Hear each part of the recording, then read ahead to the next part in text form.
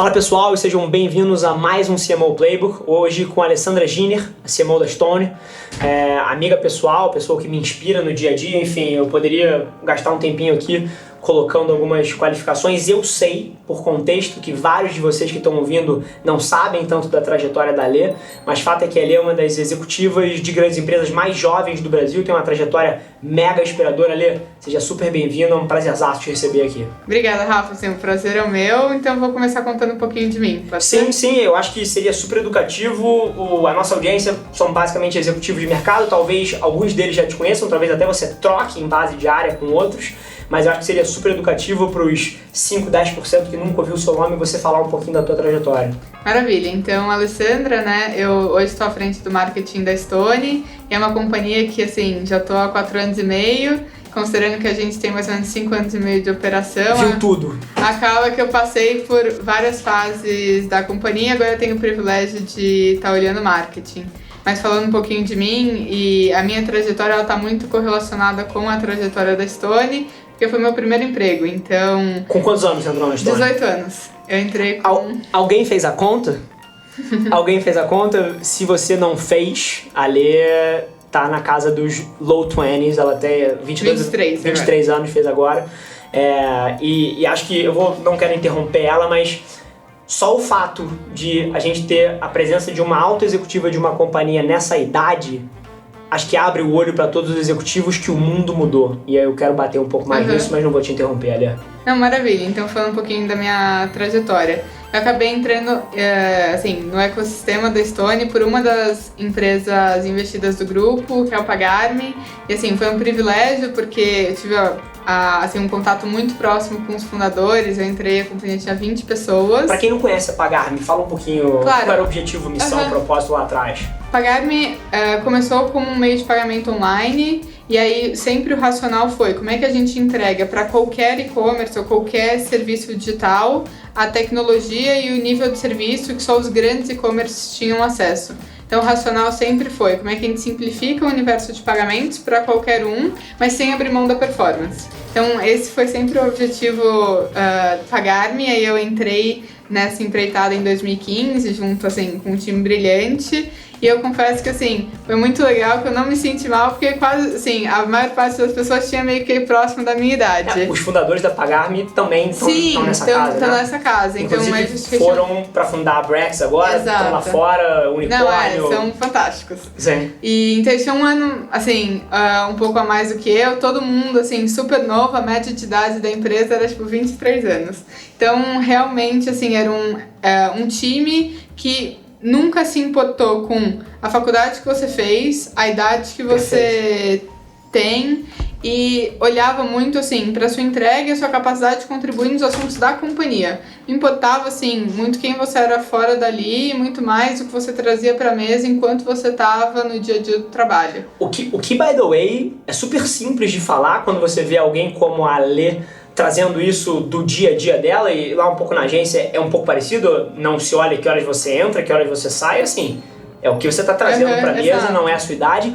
Mas ali, até pegando o primeiro paralelo já nesse teu momento na Pagar.me, por que você acha, e eu sei que na Stone é muito similar ao que era na Pagar.me, ao que era na Velar, por que você acha que outras companhias têm tanta dificuldade em pensar dessa forma e continuam cobrando que você chegue às 8 e saia às 5 e uma postura, por exemplo, gestores que se incomodam radicalmente se você faz um home office ou estão preocupados com microgerenciar como você está fazendo e não o que você entrega? Por que você acha que na Pagar.me, na Stone, isso é tão central na cultura e em outras companhias, na sua visão, isso não se traduz dessa forma? Qual é um pouco a sua visão? Eu acho que tem, 3 coisas. Toda a história, de fundação da Stone, Pagar.me, etc., tem um fator muito importante que é a confiança. Então, as relações são baseadas em confiança. Eu acho que isso muda muito a forma como, você opera no dia a dia. Velocidade. Exato. E, você nunca acha que o outro tá de sacanagem com você.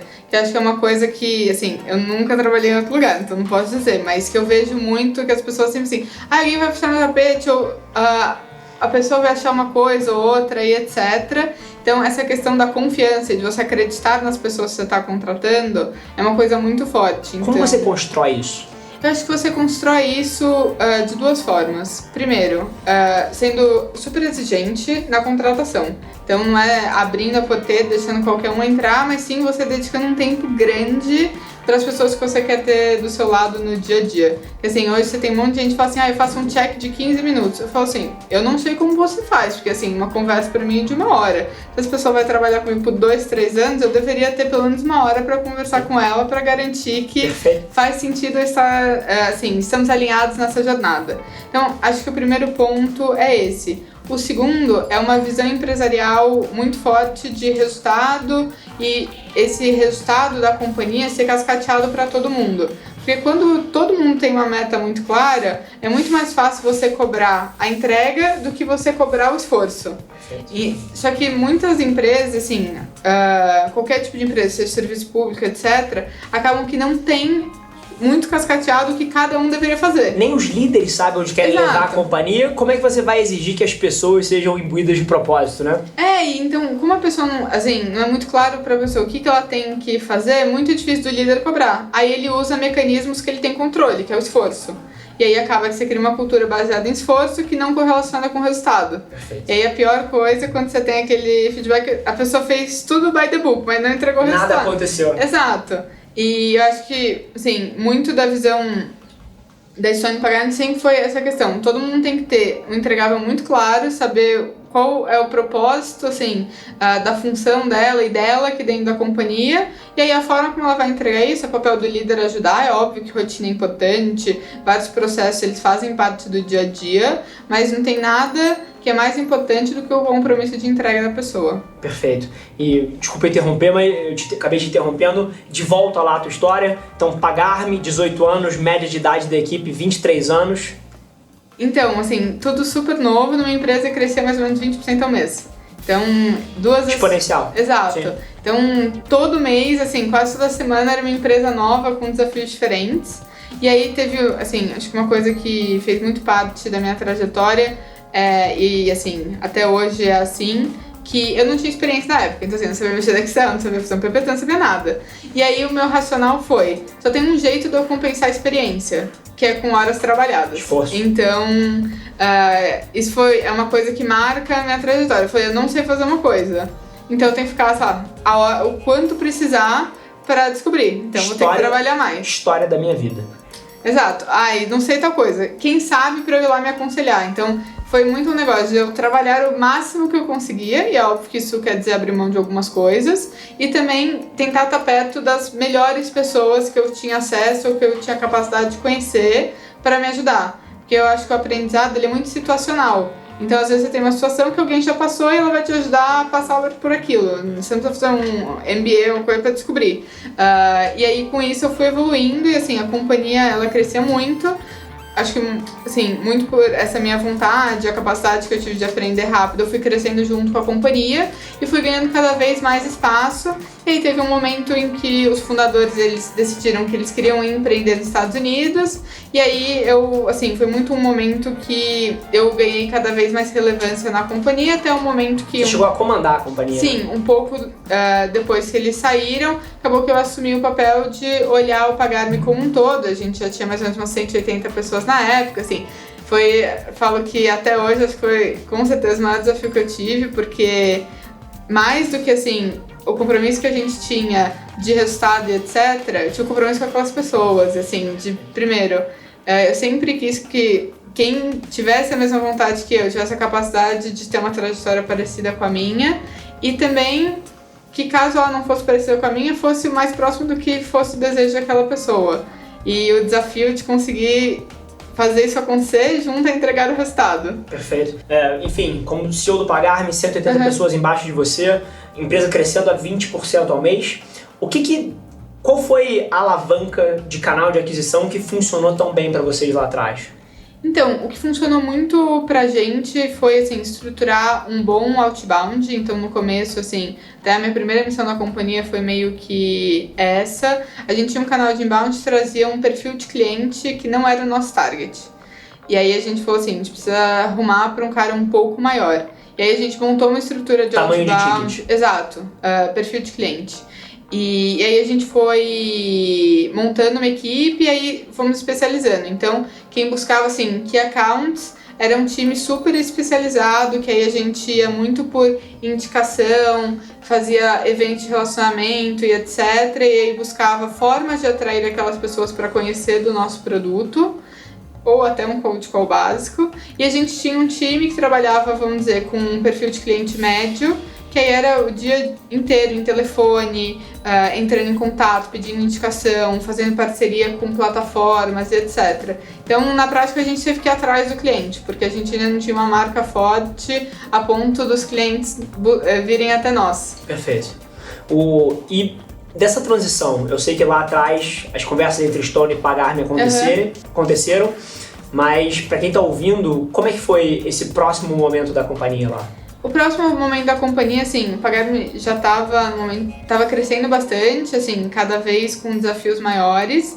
E aí chegou um momento que a gente viu que a Stone e também a Multipag, uma outra empresa do grupo, tinham desafios muito parecidos, só que especialidades muito diferentes. Então, enquanto o Pagar.me estava querendo crescer para um cliente um pouco maior, esse era o perfil do cliente da Multipag.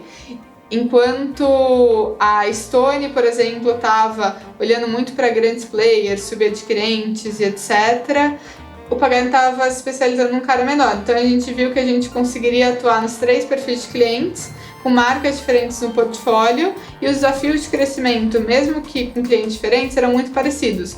Então fazia sentido a gente ter uma gestão única, então trazer uma liderança única para todas essas marcas, para a gente conseguir pilotar esses desafios com sinergia, mas com cada marca buscando um cliente diferente. Perfeito. E como é que isso se traduziu na realidade da companhia, né? E assim, óbvio que olhando em retrospectiva, a Stone é um bruto de um sucesso, mas você fazer a integração de culturas corporativas diferentes, você trazer...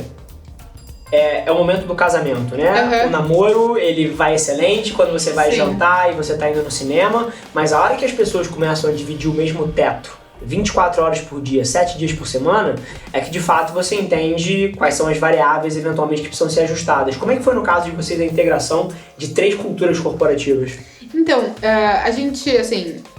Por tudo que a gente passou, na minha percepção, a gente não teve necessariamente uma integração de culturas, porque todo mundo fazia parte do mesmo grupo e, assim, a gente já tinha uma interação muito grande no dia a dia. Então, negócio de cuidar bem do cliente, tratar muito bem nosso time, focar muito em ser direto, etc. Várias coisas fazem parte da nossa cultura. Assim, eram iguais para todo mundo, mas o modo de operar era muito diferente. Então, foi muito mais um negócio de acertar modelo de trabalho do que necessariamente cultura. Então, vou dar um exemplo. O time de pagamento sempre foi super técnico. Assim, o vendedor sabia mexer em banco de dados, enquanto na Multipag era uma venda muito mais de relacionamento. Você acha que isso era o perfil dos founders? Muito do perfil dos founders, e eu acho que também tem uma variação do produto. Perfeito. Mas tem com certeza uma questão do perfil dos founders. No Pagar.me a tecnologia sempre, assim, foi o centro de tudo. Então... Que no fim do dia é o melhor marketing, né? Exatamente. Um bom produto é o melhor marketing. Concordo 100%. E a gente sempre se apoiou nisso. Então, o nosso time saber tecnicamente como o nosso produto funcionava era o que gerava uma diferenciação em relação aos nossos concorrentes e até o comercial dos nossos concorrentes. Então, passava uma perspectiva que, assim, se traduzia na realidade, que realmente o nosso produto ele era melhor por conta de X e Y, porque tinha aquela feature e etc.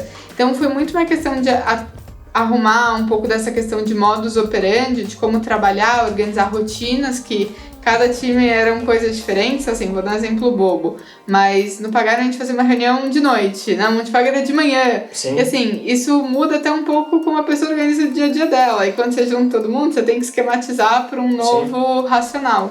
Perfeito. E, bacana, operações conjuntas, como é que você passa a integrar a equipe executiva, como é que você senta na cadeira de CMO? Como isso aconteceu? Perfeito, então eu passei um pouco mais de um ano com esse desafio de fazer essa integração das nossas marcas e criar uma liderança no digital. Até o momento que eu senti que eu passei por esse desafio, então assim, foram quase 3 anos no Pagar, depois no digital da Stone, e aí eu estava pronta para um novo desafio. E aí, quando você olha um pouco da trajetória da Stone, a gente nunca pautou o nosso crescimento em marketing. Então, nunca foi uma alavanca do nosso negócio. Nosso negócio ele cresceu muito pelo nosso modelo de distribuição, que a gente entendeu que a gente tinha que estar próximo do cliente, a gente criou todo um modelo de venda direta e também por diversas parcerias que a gente foi realizando ou até pela aquisição da Elavon que a gente realizou em 2016. Foi um grande boom de crescimento para a companhia. Então, comunicação não era um ativo da companhia. Só que a gente estava crescendo cada vez mais e a gente falou assim, isso é tão relevante para tanta gente, por que não para nós? E aí tem uma questão muito forte da Stone que é, óbvio que a gente poderia ter escolhido trazer um executivo de mercado que conhecesse de marketing, etc., ao invés de dar a posição para mim, que assim, nunca tinha trabalhado com comunicação, minha história no Pagano é muito de operação e tecnologia, não tinha esse skill. Mas por que eu? E aí vai muito de como a gente, assim, forma as nossas pessoas, também toca muito o dia a dia da companhia. E aí o desafio foi, vamos trazer alguém que a gente confia para olhar o assunto, porque ela vai ter sempre uma perspectiva da companhia e, assim, sempre vai estar buscando o melhor da companhia e não o melhor para ela. Já provou isso várias vezes? E assim, quando você traz um executivo, você sempre corre o risco da pessoa estar buscando que é um benefício para ela e não necessariamente para a companhia. Então, ter alguém muito alinhado com o que era bom para a companhia, com o desafio de montar um time de especialistas que complementassem a falta de conhecimento que a gente tinha na organização como um todo. E aí acabou que, assim, eu estava nessa mudança de desafio. Eu sempre gostei muito disso, e assim, no Pagano a gente teve alguns experimentos que foram bem sucedidos, e aí eu caí no desafio. Sensacional, olha. Fazendo essa transição, e é claro que eu tenho um pouquinho mais de contexto no mercado, mas o mercado de adquirência, talvez para algumas pessoas não seja tão evidente assim, né? Você tem algumas partes e contrapartes, eu não quero nem entrar nessas tecnicalidades, tenho certeza que o Google existe aí fora para eles aprenderem sobre isso, não vamos investir tempo de executivo nisso.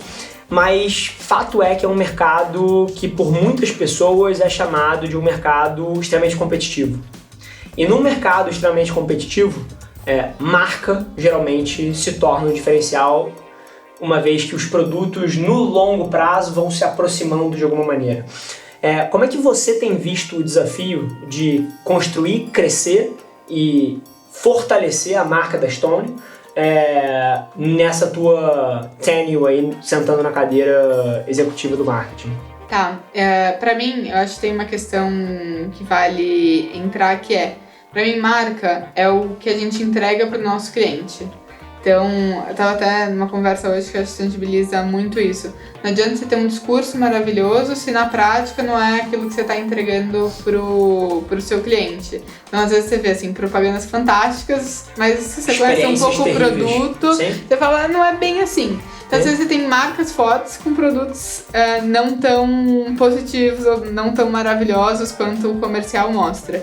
Então, pra gente, marca nunca se refletiu num espectro só de comunicação. Sim? Nunca foi um discurso ou só um posicionamento pra fora e pro mercado. Sempre foi a experiência do nosso cliente. Então, a gente sempre construiu a nossa marca meio que de dentro pra fora. E hoje, assim, a gente tem o maior NPS do mercado e a gente se orgulha muito disso. E a gente fala que a nossa maior estratégia de marketing é tratar bem os nossos clientes. Perfeito. Principalmente porque no mercado B2B, o boca a boca e a indicação é o que muda um negócio. Então a gente entende que criando uma boa relação e realmente um serviço diferenciado é o primeiro ponto para a gente ter uma marca forte, principalmente uma marca que vai ser lembrada por algo além de um comercial. Perfeito. E acho fantástico você trazer esse ponto, porque eu acho que num mundo, e até curioso eu estar falando isso, né? Mas num mundo onde existe a hipervalorização, não só da estética, mas da imagem, é muito interessante ouvir executivos voltando ao discurso mais básico que existe, que é, quem é o ser humano na outra ponta? Qual é o impacto que eu estou promovendo na vida dessa pessoa? Como eu faço a vida dele melhor e, por consequência, eu pego uma fatia disso ou eu crio um negócio nas costas desse benefício que eu estou gerando na sociedade. Então, sensacional você, por exemplo, mencionar NPS como... Não sei se vocês perceberam, mas a única métrica que a Lê falou aqui, não falou de EBITDA, não falou de margem, não falou de receita, e é claro que todas essas coisas importam. Mas a única métrica que ela mencionou aqui foi a NPS, que é colocar o cliente no centro das estratégias. Então, absolutamente fantástico. Mas, e até curioso aqui que o cliente está no centro, mais uma vez eu convido todos vocês a olhar a primeira campanha da história da Stone, que foi... Conta um pouquinho pra gente, porque é uma história que mais uma vez traduz a narrativa que a Lê tá colocando pra gente. Então quando a gente foi, assim, pensar a nossa primeira campanha, foi no mesmo momento que a gente estava com um grande projeto de merchandising na última novela da Globo, que era a Dona do Pedaço. E aí a gente tinha uma parceria com a Juliana Paz, a gente queria trazer, assim, uma figura já conhecida pra endossar a marca, só que a gente não queria ser a maquininha de uma celebridade. Tem product placement cru. Exato, e aquele negócio super simples. E a gente pensou, como é que a gente traz um pouco de quem a Stone realmente é também pra TV? E aí a nossa ideia foi montar um roteiro, né, e um racional onde a gente trazia pessoas reais. Então a gente trouxe um cliente real da Stone para fazer parte do nosso comercial. A gente trouxe uma agente que é a nossa, assim, a representação da Stone na ponta, e a Juliana num racional onde tudo parece que a Juliana Paz é realmente a celebridade. A gente tá falando que ela é a grande estrela do show. Ela tá toda glamourizada nos primeiros segundos ali do criativo. E aí tem um pouco de um plot twist que na prática a gente fala, não, quem é realmente a celebridade pra Stone é o Sidney, que é o nosso cliente. Então a gente trata todo o cliente como se ele fosse uma celebridade. Assim, se vocês não assistiram, assistam a campanha, é um criativo brilhante. Mas que, mais uma vez, voltando à espinha dorsal do que a Alessandra falou aqui, esse criativo brilhante, desconexo de uma empresa que de fato viva isso, fica vazio. E se tem uma coisa que o consumidor em 2020 não é burro. Exato. É burro. Inclusive, curioso, eu queria até pegar o seu take nisso. Eu vejo todos os dias executivos transtornados pela transparência que as redes sociais trouxeram, por exemplo. Enfim, é o cara que, quer se comunicar amplamente, porque obviamente as pessoas formam opinião e consomem conteúdo nas plataformas acima de tudo hoje em dia, mas ele ao mesmo tempo morre de medo e fica super triste que ele recebe críticas negativas e que ele eventualmente descobre que o produto dele não é tudo aquilo. E aí existe essa dicotomia, caramba, eu vou com tudo nas redes, eu não vou com tudo nas redes, mas se eu for, eu vou ver as pessoas reclamando. Assim, no fim do dia, essa é a minha visão, eu queria pegar o teu take, mas no fim do dia eu só vejo o benefício, porque se você não estivesse vendo o cliente reclamando ali, você ia estar perdendo uma oportunidade de consertar problemas intrínsecos do seu negócio. Exato. E até, assim, curioso, estava surfando alguns dos comentários da Stone nas redes sociais aqui um pouquinho antes do programa, e a quantidade de feedbacks positivos que tem ali não é normal para uma marca. Como é que você enxerga essa dicotomia de executivos não querendo se expor para não receber feedback negativo? Qual é um pouquinho a tua visão? A minha percepção, assim, uma coisa que eu tenho falado bastante esse ano com o time, é que não tem nada pior do que você não saber o que você não sabe. Perfeito. Isso pra mim é você não saber de algo, você não querer saber de algo, é a receita do fracasso.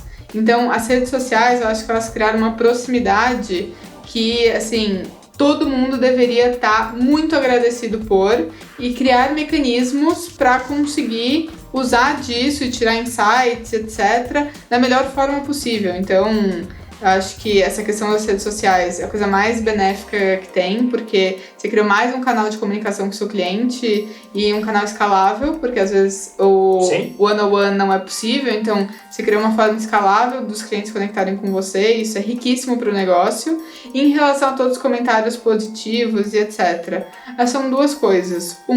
É um pouco do reflexo da nossa estratégia, assim, de ter esse carinho sobrenatural pelo cliente. Os vendedores da Stone se chamam encantadores, não sei se... É o time que atende. Sim, o time de atendimento ali. Isso. Eu chamo de vendedor porque nada gera mais receita do que aumentar o lifetime value de um cliente. Então, assim, pra mim, esse é um pouco racional, talvez tenha me precipitado aqui. E então, isso, assim, pra gente é super relevante. E aí a rede social é um reflexo disso. A gente recebe vários feedbacks, assim. A gente tem um all hands, né, da empresa. E aí ele sempre começa com uma ligação de um cliente falando da gente, às vezes bem, às vezes mal, muito para refletir e trazer essa visão para dentro. E como é que vocês escolhem esse cliente? Tem algum viés? Tem algum... Não tem um viés, assim, Tá. como o nosso time de atendimento... Alguém já escolheu alguém que falou uma mensagem que foi surpreendente para vocês alguma vez e vocês tiraram um site? Com certeza, a gente já teve, assim, alguns pontos desse, então a gente às vezes busca... Sim, não é sempre, mas a gente busca trazer uma história onde ela começou negativa e aí a gente conseguiu contorná-la, que aí você recebe um feedback, mas você vê a força do nosso time em mudar aquela situação. E aí, como o nosso time de atendimento ele é todo interno, acaba que os encantadores no dia te falam, nossa, essa daqui é especial. E aí acaba indo pro bate-papo. Fantástico. E, inclusive, falando de time de atendimento, numa onda, e mais uma vez, onde todo mundo fala de AI, Big Data, Analytics, e assim, não tô subvalorizando isso não, isso é fundamental. Mas agora, vocês têm uma abordagem muito diferente do mercado. Se alguém liga pra Stone hoje em dia, é atendido por um ser humano. Em 5 segundos. Em 5 segundos? Em até 5 segundos. Isso é muito diferente. Eu convido todo mundo a testar, tá? Eu acho que é um experimento super válido. Ó, estão intimados a testar aí. Mas fala um pouquinho, eu sei de onde vem, concordo 1.000.000%, mas conta um pouquinho do racional dessa forma de atender as pessoas. Então, isso é muito intrínseco da fundação da companhia, então os founders sempre tiveram isso muito intrínseco no dia a dia. Então a gente começou com atendimento interno, a gente conseguiu escalar a companhia para o número de clientes que a gente tem. Quantas pessoas tem no time de atendimento hoje em dia? Hoje já são um pouquinho mais de 400. Então é tanta gente que às vezes eu perco conta. E qual que foi sempre o racional, né? E às vezes a gente vai em vários eventos, a gente fala sobre isso, que é hoje as empresas estão cada vez mais interessadas em colocar chatbot, colocar uma URA inteligente e etc. Então, usar a tecnologia é uma forma de melhorar o atendimento.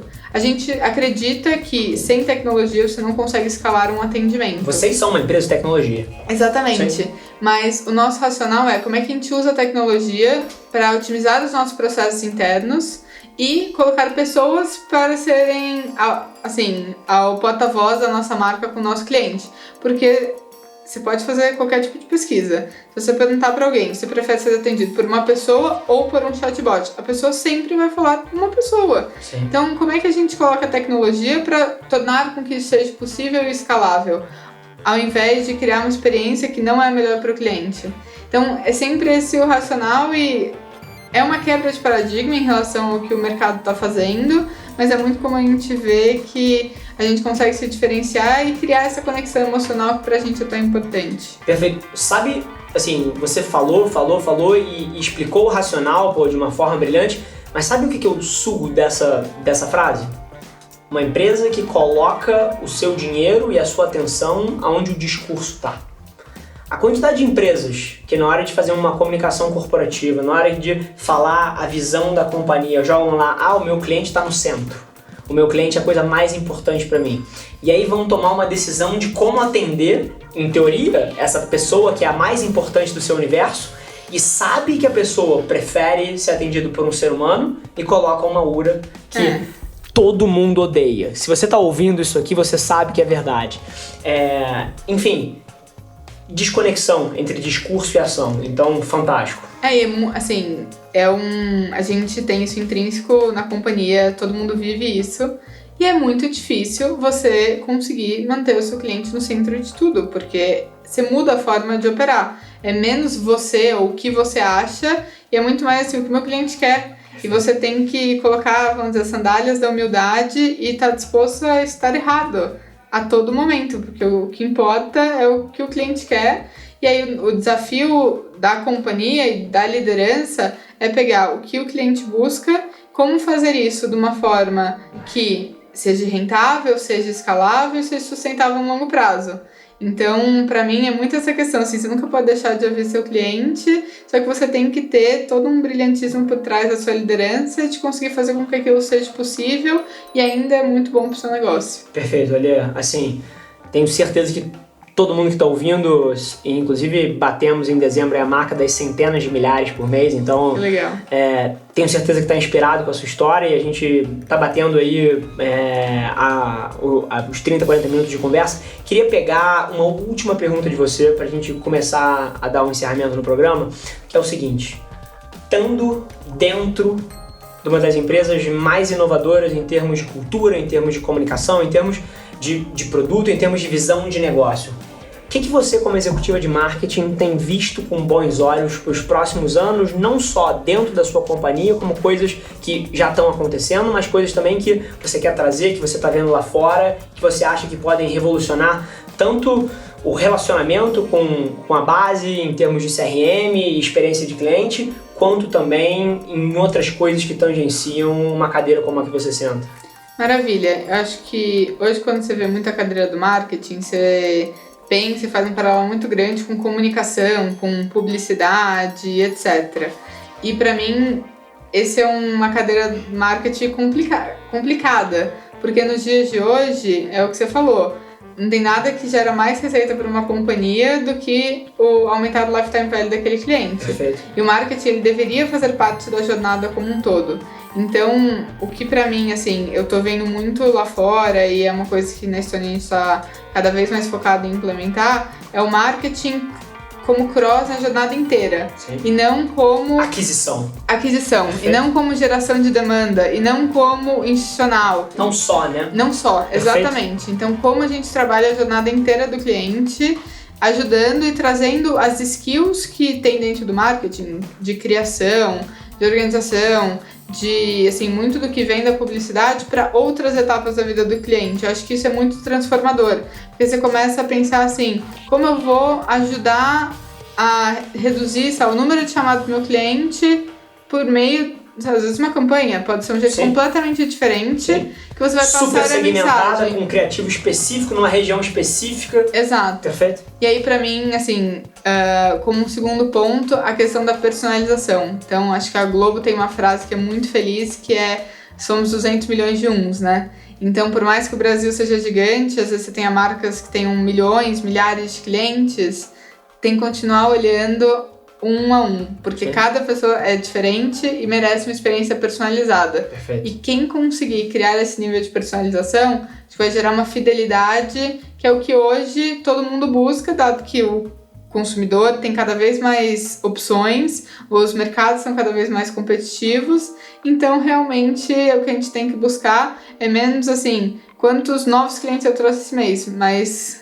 Como a barra de lifetime value do que Exato. eu tenho como agregado andou. Exatamente. Perfeito. Ale, inspirador o papo. Eu, obviamente, sou uma pessoa que tenho muito contexto em você, mas eu, assim, se tinha uma coisa que eu já estava querendo há algum tempo, é colocar um mic na sua frente e te forçar a botar um pouco disso pra fora. Sei que você é uma pessoa super reservada, então te agradeço imensamente por ter topado Foi um prazer. o convite para estar sentado aqui com a gente.